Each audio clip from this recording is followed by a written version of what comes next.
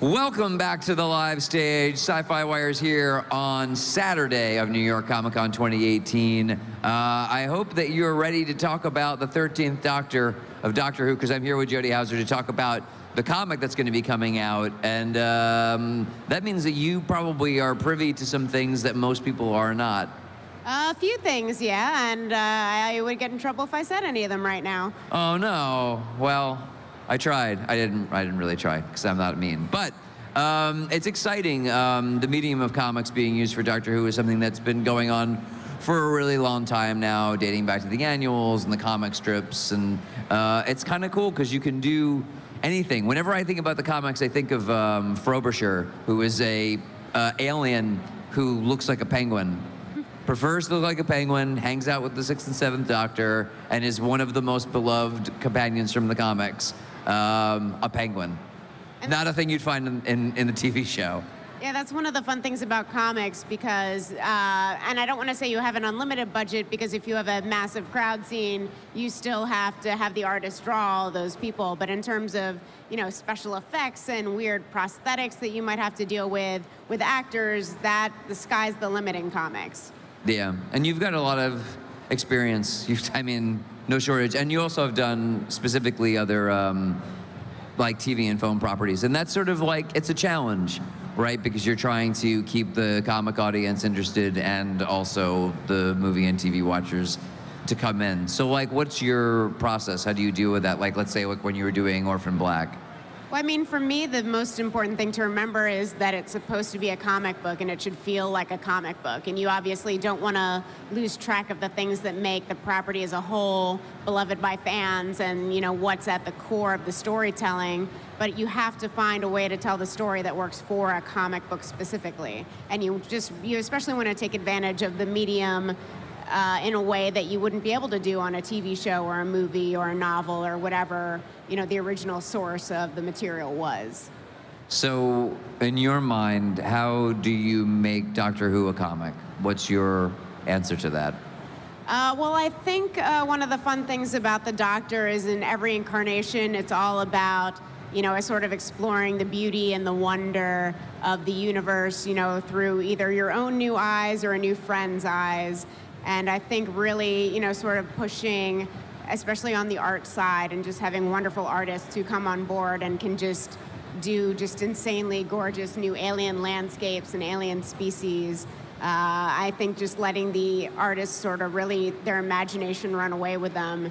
And that way it not only is something that's very specific to comics, but with all the different artists who work on the books for the different incarnations of the Doctor, you get to see like a whole wide range of artistic perspectives. That's, you know, something you don't necessarily get in a TV show, because everything looks reasonably like the real world. So your artist is Rachel Stout.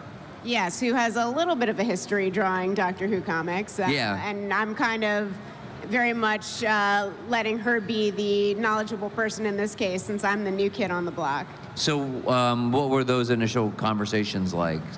Well, I think with Rachel, it was mostly just we were really excited to be working together. I've known her for a few years, and we've wanted to collaborate for a while now. And the fact that it's on Doctor Who, which is something that we both love and she's become very well known for, was great. And we actually got our start doing the comic right there, which was the Road to the 13th Doctor. So we did backup stories that featured 10, 11, and 12. So getting to see her play with all of the Doctors and how she just really went into the expressiveness of them and the differences in their body language. And it's a cool way to lead into the 13th Doctor and to see what her take on that Doctor is going to be.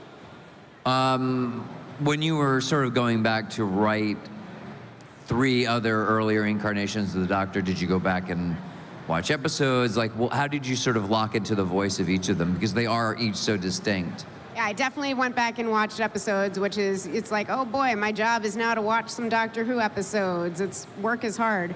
But these specific backup stories were actually set in sort of off-screen moments in episodes. So I actually, I knew the 10th Doctor, I wanted to set it during The Girl in the Fireplace, but for 11 and 12, I had a few different ideas, so I went back and watched those episodes and just sort of looked for where the story ideas we had would sort of fit in nicely as something, just sort of like a little bit of added adventure you didn't necessarily get to see on the TV screen.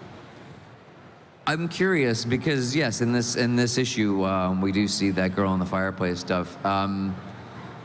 I mean, we've been told, I don't know if it's true or not, that there will be no former villains with a 13th Doctor. Is that also an edict for the comics, or could you bring like the Clockwork monsters from A Girl in the Fireplace and drop them in with Jodie Whittaker's Doctor? I mean, I think right now we're also still trying to stick to new creations for the new Doctor, and we had a talk about an Ood appearing in one of the first issues, and then we decided rather than to see if that was something we could do or needed to argue about, we just made something new that is going to look amazing when Rachel draws it. So, you know, it's actually just really cool to be able to bring sort of new creatures and aliens and robots and who knows what all else to the Doctor. Who did you have to talk to? I mean, like, because this is it. When something is as high profile as this, there is a requirement to show people things and say, is this okay? Is this okay? Is this okay? How from where you started to what you're actually writing, how many no's did you get before you got a yes? I mean, I think we actually, you know, what we started was just a seed of an idea of a story, so it was more just, is this a direction that we can go in? And we got the yes for that. And so we built from a foundation knowing that they liked the core idea we were working from. And luckily, a lot of that, you know, I send stuff to my editors at Titan, and they're the ones who talk to the BBC. And, you know, things go through editorial because they're the ones actually publishing the comics, so they're sort of like the central point for all the art and writing and notes and everything. So it's good to have that sort of core place to make sure everything is getting filtered through and everyone's on the same page. How many episodes have you seen? I'm not allowed to say. You really can't even say the number that you've seen. You can't even say, like, I've seen the first one, I've seen this, not even the number. Well, I'll say I haven't actually watched. I've had some script access. Oh, okay, that's cool. So I assume, but maybe I'm wrong, that you're getting the Doctor and the three friends. Is it the same lineup? Yes, it is the same lineup as we're going to see on the show. Okay, because I mean, oftentimes with the Titan books and the IDW ones before that and all the ones before that, it's not always necessarily an exact ratio 1-to-1. We'll get other characters. Do you get to have any original characters that will show up for more than one issue, or how are you doing that? Well, the first story is going to be a 4-issue arc, and there's definitely going to be the characters who are reoccurring at least during that arc, and we haven't necessarily decided if we'll see them again after that, but, you know, it's always a possibility. Gosh, this is like one of those things where it becomes so difficult. Did you find yourself, I mean, like, in addition to looking back at Doctor Who, I mean, you do have a wealth of work on all different kinds of things, because you have worked on Orphan Black, and you have done Star Wars stuff, and you've done Spider-Man, and you've written for Faith, which is like, you know what I mean? Like, that's a really cool thing to be able to be like, I've written that, and that's a very specific kind of character, and like, do you look back at a book like that and say, like, I'm gonna make sure that I've got like a Faith-like character, a person who is of a particular body type that's not gonna be shamed or something like that? Is that something you try to think about when you're approaching Doctor Who, which is a hopeful story? Well, I mean, I think one of the great things is we already have such a diverse group coming into the book. Yeah. And I know that's something that, you know, the art team also cares a lot about. So that's definitely something, you know, that we'll be focused on. You don't, I mean, it's a big universe. You don't want everyone to look the same. That's boring. How much have the two of you been talking about? Like, do you go back and forth on character design, or is that just something that you put faith in, or like how much conversation is happening not just on the main characters but the ones that are sort of peppering in the background panel to panel? I mean, honestly, for me, I'd rather let the artists who, you know, this is their area of expertise, do a lot of the character design, and the elements that are legitimately important to the story, you know, I'll make sure to include those, but I don't really feel like I need to direct the people who are much better at doing their job than I would be at doing their job, you know? Yeah, for sure. What episodes did you go back and watch? I suppose, like, to try to give us a flavor of what was in your mind as you started to do this, what episodes of Doctor Who were you rewatching? Well, I know I definitely rewatched the 3 that were touched on in the I watched a majority of both 11 and 12, just because they were the most recent. And actually the last thing I watched, I believe, was Day of the Doctor, just because it's a great way to look at how the differences between the incarnations can sort of come into conflict, but where the similarities lie too. And of course, you know, with Jody coming in with her own take on the Doctor, that's going to inform a lot of what we do. But, you know, there's always sort of that core love of mystery and beauty that the Doctor has, that you just want to stay true to that more than anything else. Have you seen what the new TARDIS looks like? I'm not asking what it looks like. I'm asking if you've seen it. I haven't. I'm excited to see. Oh, okay. Oh, my goodness. I mean, like, I don't know. I mean, like, we're obviously 2 fans. Like, the episode is airing tomorrow. I know, and I'm at the convention. I might not be able to see it until I get home. You have to, I mean, listen, I am finding a way. In fact, if you have to, come here, come find me. I will have a computer in front of me because I'll be talking with these people tomorrow afternoon. So I'd better see it, because I will be very embarrassed if I don't. What are you hoping for? I mean, like, what is it that you want to see? What is it that you want from the 13th Doctor? I want to see her hope, because I think that's such a core thing with the Doctor, who just, you know, stole a box and ran away, but still somehow stumbles over everything going wrong in the universe and manages to find a way to fix it, or at least attempt to fix it. And just that, you know, the love of adventure, but the desire to help. And I think, and I can't remember it off the top of my head because it's the 3rd day of New York Comic Con, but the 12th Doctor's great diatribe of the message that he was leaving to his new self. I think that's so much at the core of the Doctor, you know, to always be kind, and all of the other great words he said that I don't remember right now. But I do have it written down in my notes for sure.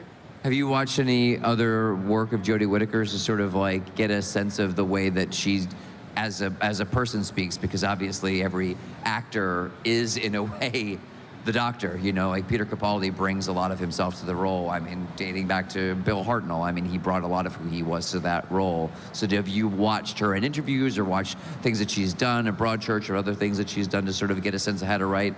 I'd already seen Broadchurch and Attack the Block, so most recently I was watching interviews, especially because I wanted to see her talk about her feelings on the Doctor, because that seemed to be like one of the most informative ways, you know, before I had access to scripts or anything, to just really get an idea of what her take on the character was going to be.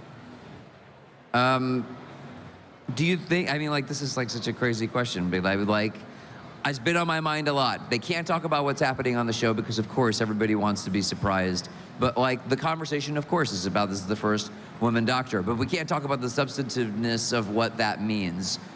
Does it matter? Should it be addressed within the show, or once she's the Doctor, and that's it? How do you feel about that? I mean, I think she's the Doctor, and I think, you know, we've seen a great example with the Master becoming Missy, that, you know, that's still very much the same person at heart. And, you know, the fact that Missy was a woman didn't make her any less homicidal or fun.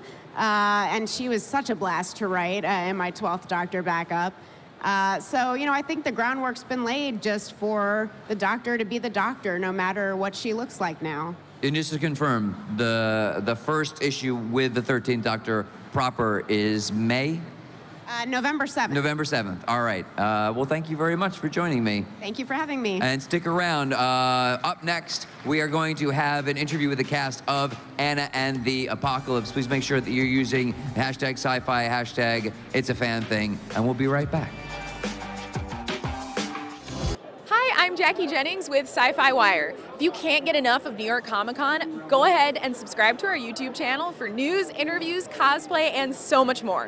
What are you waiting for?